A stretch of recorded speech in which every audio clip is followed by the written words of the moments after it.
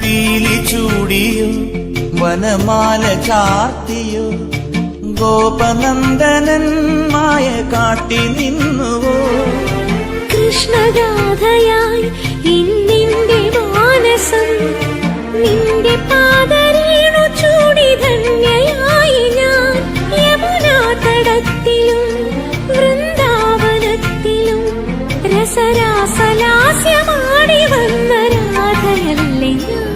പ്രിയരാധയല്ലേ ഞാൻ കണ്ടു ഞാൻ കണ്ണനെ കായാമ്പൂവർണ്ണനെ ഗുരുവായൂരമ്പല നടയിൽ